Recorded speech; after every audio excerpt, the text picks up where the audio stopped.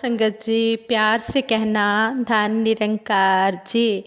संगत जी, सतगुरु माता जी की कृपा से आप सभी संत महात्मा अपने अपने घरों में स्वस्थ होंगे, निरोग होंगे। दासी को आशा है और दासी विश्वास भी करती है। सतगुरु माता जी का मेहर भरा हाथ सभी के ऊपर है और सभी का पूर्ण विश्वास भी है सतगुरु के ऊपर।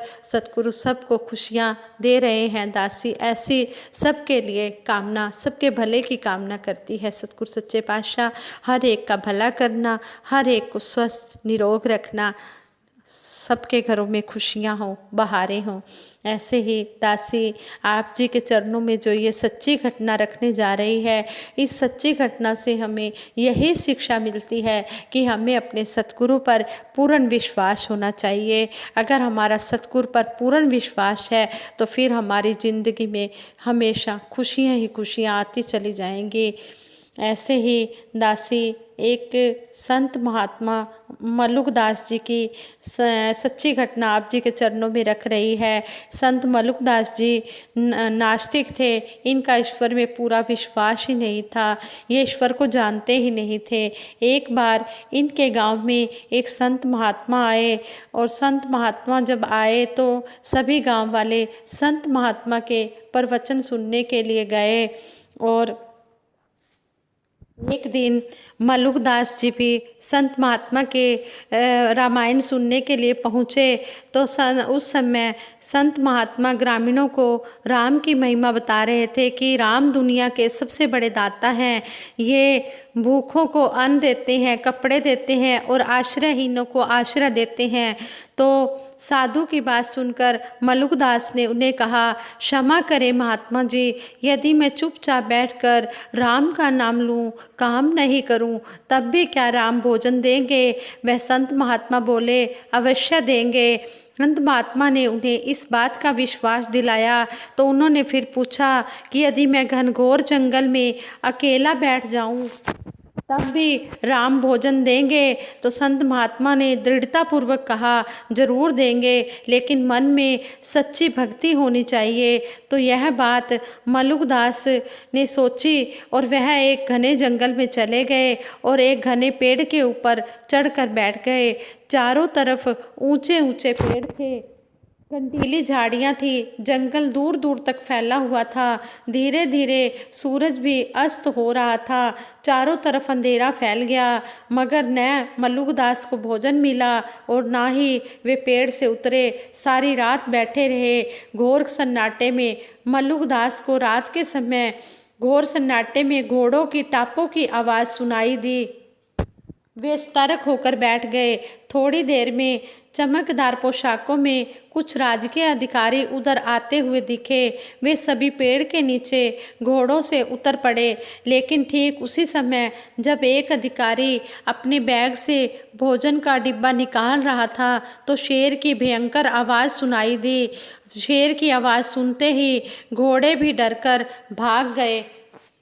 अधिकारियों ने पहले तो एक दूसरे को देखा, फिर भोजन छोड़कर वे भी भाग गए। मलुकदास पेड़ से यह सब देख रहा था। वह शेर की प्रतीक्षा करने लगा, मगर दहाड़ कर शेर दूसरी तरफ चला गया। मलुकदास को लगा राम ने उसकी सुन ली है, अन्यथा इस घोर जंगल में भोजन कैसे पहुंचता। मलुकदास तो मलुकदास ठहरे, वह उतर कर भला भोजन क्यों करे, क्योंकि वह देखना चाहते थे कि ईश्वर उन्हें कैसे भोजन करवाता है। तो तीसरे पहर में लगभग डाकुओं का एक दल उधर से आ गया। पेड़ के नीचे चमकते चांदी के बर्तनों में तरह तरह के व्यंजनों के रूप में पड़े हुए भोजन को देखकर वे रुक गए। डाकुओं के सरदार ने कहा, भगवान की लीला देखो, हम लोग भूखे हैं और इस निर्जन वन में सुंदर डिब्बों में भोजन रखा है, आओ पहले ये भोजन खा लेते हैं। फिर कहते हैं कि डाकू तो शक्की स्वभाव के होते हैं। एक साथी ने उनसे कहा, सरदार, इस सुनसान जंगल में भोजन का मिलना मुझे तो ठीक नहीं लग रहा, कहीं इसमें जहर ना हो। डाकुओं के सरदार ने कहा, तब तो भोजन लाने वाला आसपास कहीं छिपा हुआ होगा।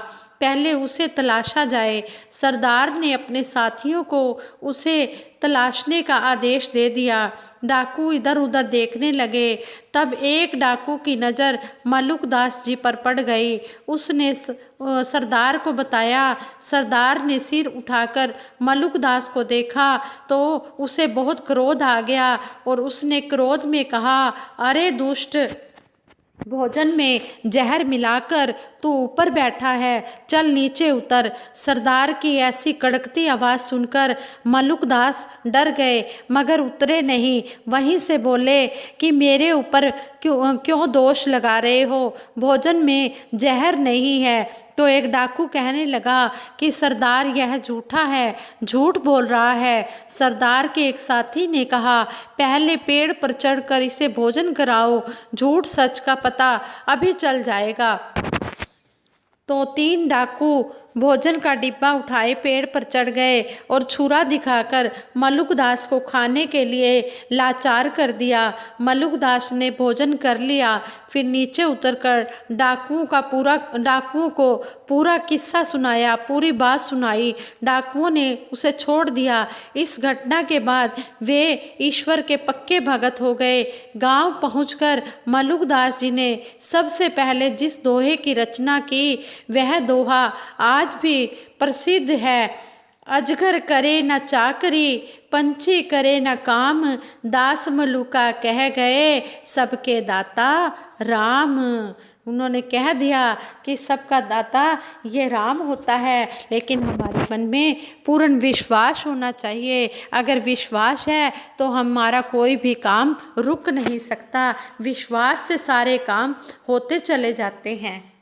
जब ऐसा मलुकदास जी ने देखा तो उनका सतगुरु पर पूर्ण विश्वास हो गया और वो ब्रह्म ज्ञान से जुड़ गए और एक संत महात्मा बन गए। इस तरह संपूर्ण हरदेव वाणी में भी सतगुरु बाबा हरदेव सिंह जी महाराज ने कहा है, गुरु का सच्चा सेवक अपने गुरु पर ही विश्वास करे, हुक्मी बंदा बन के हरदम गुरु चरणों में वास करे।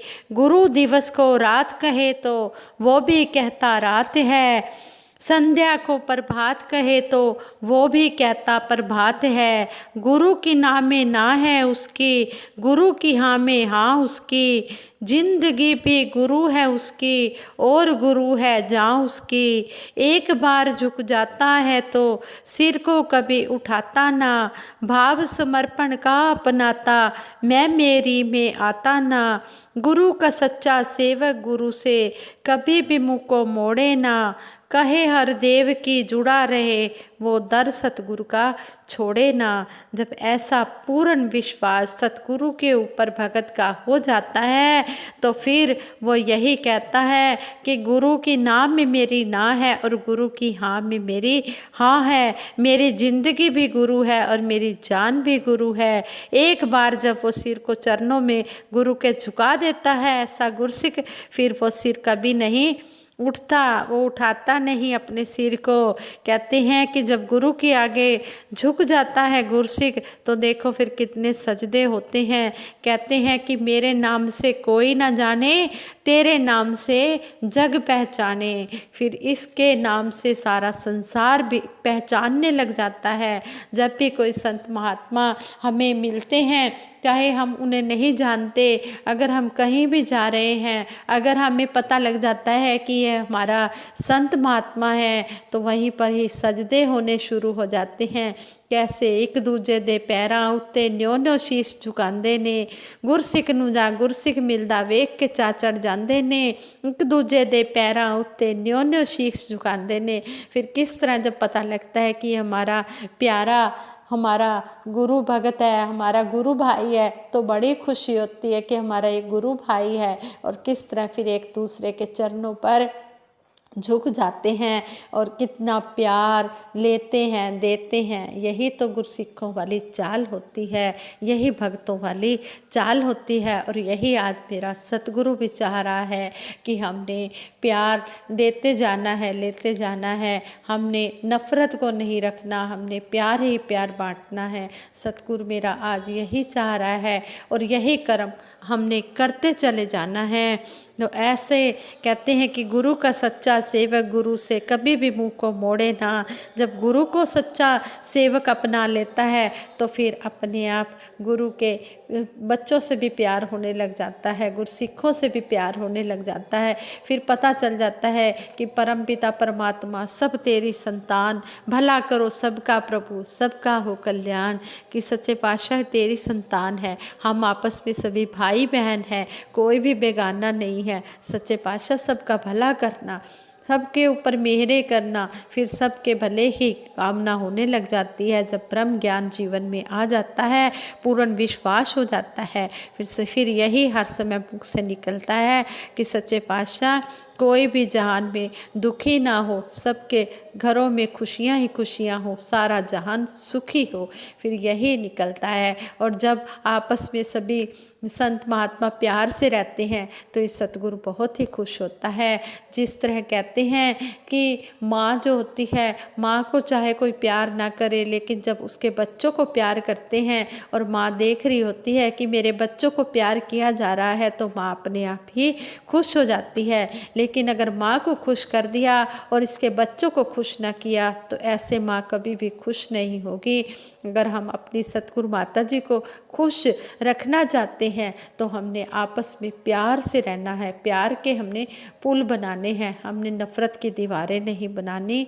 प्यार के जब पुल बन जाते हैं तो सहजे सहजे आते और जाते रहते हैं, फिर आसान रास्ता बन जाता है। आज मेरा सतगुरु यही चाह रहा है कि हमने वननेस को लाना है, हमने मानवता वाले गुणों को अपनाना है, विशालता, नम्रता, प्रेम, प्रेमा भक्ति, संत स्वभाव, एक को जानो, एक को मानो, एक हो जाओ।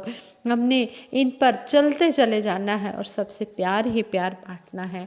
आज संगत जी दासी को आशीर्वाद देना कि दासी जो भी वचन बोले, जो भी आशीर्वाद लेने का मौका मिलता है, जो भी वचन बोले आप जी को अच्छे लगे। अगर आप जी को अच्छे लगे तो आप जी आशीर्वाद देना, दासी के ऊपर मेहर भरा हाथ रखना। साथ संगत माँ होती है, जब माँ का हाथ सिर पे होता है तो बच्चों के दिल में खुशियाँ ही खुशियाँ होती चली जाती हैं। आप जी ने ही खुशियाँ देनी है। आज संगत जी दासी सिमरन कराएगी, सभी ने मिलकर साथ देना है। तू ही निरंकार मैं तेरी शरण हाँ, मैनू बख्श लो। तू ही निरंकार मैं तेरी शरण हाँ, मैनू बख्श लो। सतगुरु माता सुदीक्षा सविंदर हरदेव जी महाराज की जय। साध संगत जी प्यार से कहना धन निरंकार जी।